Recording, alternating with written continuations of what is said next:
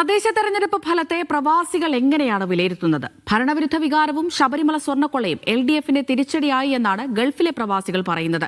ജനങ്ങൾ മാറ്റം ആഗ്രഹിക്കുന്നതിനാൽ നിയമസഭാ തെരഞ്ഞെടുപ്പും UDFന് അനുകൂലമാകാൻ സാധ്യതയുണ്ടെന്നും ഇവർ ചൂണ്ടിക്കാട്ടുന്നു. ഷാർജയിൽ നിന്ന് ഷിനോജ് സംസുദ്ദീൻ വിവരങ്ങൾ നൽകും.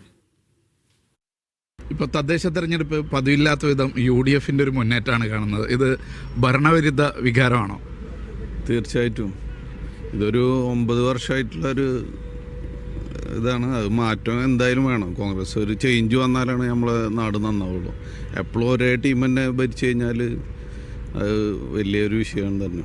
മൊത്തത്തിൽ എല്ലാവർക്കും അറിയണതാണ്. അതുകൊണ്ടാണ് കോൺഗ്രസ് കയറാൻ കാരണം. പരുത്തൂർ പഞ്ചായത്ത് എന്താണ് ആ പഞ്ചായത്തിലെ അവസ്ഥ? ആരാണ് പഞ്ചായത്തിൽ? കഴിഞ്ഞ പ്രാവശ്യം ലീഗാരാണ് ഉണ്ടായിരുന്നത്. ഇപ്പോൾ ഈ പ്രാവശ്യം പോയിക്കണം. ഇപ്പോൾ 8 സീറ്റ് 8ഉം 10ഉം ആണ്. കേരളത്തിൽ മൊത്തത്തിലൊരു UDF തരംഗമാണ്. എന്താണ് അതിന് കാരണം? ഈ ഭരണവിരുദ്ധ വികാരമാണോ? അതിനിപ്പോൾ ഒന്നും എല്ലാവർക്കും അറിഞ്ഞല്ലേ. അമ്പലത്തിൻ്റെ അത് വളരെ ഇതല്ലേ. അമ്പലം വിഗ്രഹം കട്ട് മലതൊക്കെ കട്ട് കഴിഞ്ഞാൽ ഇപ്പോഴത്തെ കാരണം നമ്മളെ മുഖ്യമന്ത്രിയെ പണ്ട് എന്താണ് ഖജനാവ് തന്നെ അടിച്ചു മാറ്റിക്കൂടെ? പിണറായി വിജയൻ്റെ അഹങ്കാരത്തിനേറ്റ തിരിച്ചടി, അതല്ലാണ്ട് മറ്റൊന്നും ഇതിന് പറയാനില്ല. ഒറ്റ വാക്കിൽ പിണറായി വിജയൻ്റെ അഹങ്കാരം എന്ന് പറഞ്ഞാൽ ശബരിമല സ്വർണ്ണക്കൊള്ള നടത്തിയിട്ട് ആ പ്രതികളൊക്കെ ഇന്നും സംരക്ഷിച്ച് നിർത്തുകയാണ്.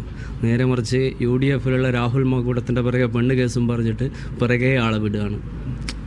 ഇതിൽ എന്തെന്നാ ഇതിനൊക്കെ പറയുക? അഹങ്കാരം. വെള്ളാപ്പള്ളി നടേശനെ വായെടുത്താൽ വർഗീയത മാത്രം തുപ്പുന്ന വെള്ളാപ്പള്ളി നടേശനെ കാറിലേറ്റ് കൊണ്ടുവന്ന് ആ കാറിൻ്റെ ടയറിലെ കാറ്റ് ജനങ്ങൾ ഉരിവിട്ട്. അത്രയേ ഇതുള്ളൂ. കണ്ണൂർ മട്ടന്നൂർ എന്ന് പറഞ്ഞ സ്ഥലത്താണ് ഞാൻ UDF ആണ്. അവിടെ 2 സ്ഥലത്തായിട്ട് വിജയിച്ചു, 2 വാർഡിൽ. പിന്നെന്ന് വെച്ചാൽ നമ്മൾ അവരെ വികസനം ശരിയില്ലാതുകൊണ്ടാണ് UDF വിജയിക്കാൻ കാരണം. ഇപ്പം ഇത് ഭരണവിരുദ്ധ വികാരമാണോ? അതന്നെ. അതിപ്പോൾ നിങ്ങൾ കാണുന്നില്ലേ, പിന്നെ ശബരിമലേൻ്റെ പ്രശ്നങ്ങൾ അതൊക്കെ മുൻകെടുത്തിയാണ് നമ്മളങ്ങനെ.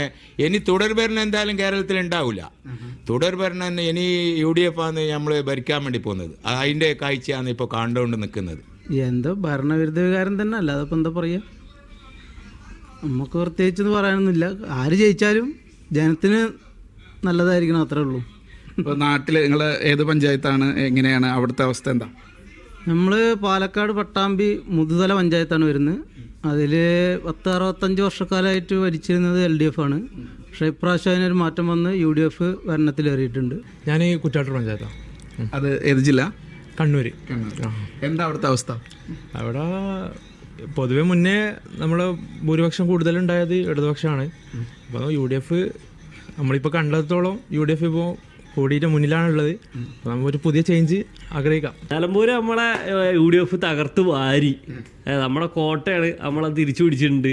അൻവർക്കാണെങ്കിൽ ഇപ്പോൾ കഴിഞ്ഞ പ്രാവശ്യം ഇലക്ഷന് ജയിച്ചു വന്നു. ഇനി അത് തുടർച്ചയായിട്ട് വീണ്ടും നമ്മൾ തുടർന്ന് പോവുകയാണ്.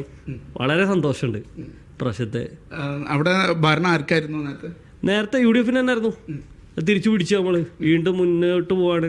കൂടുതൽ സീറ്റ് കിട്ടിയിട്ടുണ്ട്. അതിന് വളരെ സന്തോഷം. എൻ്റെ രാജ്യമാണ് പഞ്ചായത്ത്. ഏത് ജില്ല? കാസർഗോഡ്. അവിടുത്തെ അവസ്ഥ എന്താ? അവിടെ ഇപ്പം LDF ആണ്. അത് തുടർച്ചയായിട്ട് LDF വിജയിച്ചിരുന്ന മണ്ഡല പഞ്ചായത്താണത്. അവിടെ വീണ്ടും LDF തന്നെയാണ്. കേരളത്തിലെ മൊത്തത്തിലുള്ള ചിത്രം എങ്ങനെയാണ് കാണുന്നത്? അതിപ്പോൾ ഒരു തരംഗം വന്നിട്ടുണ്ട്. എന്തായാലും ഇത് തന്നെയായിരിക്കും അടുത്ത നിയമസഭാ തെരഞ്ഞെടുപ്പിൽ നടക്കാൻ വേണ്ടി പോകുന്നത്. കൂത്തുപറമ്പ്, കണ്ണൂർ. അവിടുത്തെ അവസ്ഥ ഇപ്പം കോൺഗ്രസും പിന്നെ മുസ്ലിം ലീഗ് UDF തരംഗമാണ് കാണുന്നത്. നേരത്തെ അവിടെ LDF ആയിരുന്നു. മാറ്റമായിട്ട് കാണുന്നുണ്ട്. ഭരണവിരുദ്ധ വികാരം തന്നെയാണ് അതിന് കാരണമായിട്ട്. എല്ലാം അത് തന്നെയായിരിക്കും ഒരുവിധം. എന്തായാലും നല്ലത് വരട്ടെ ജനങ്ങൾക്ക്.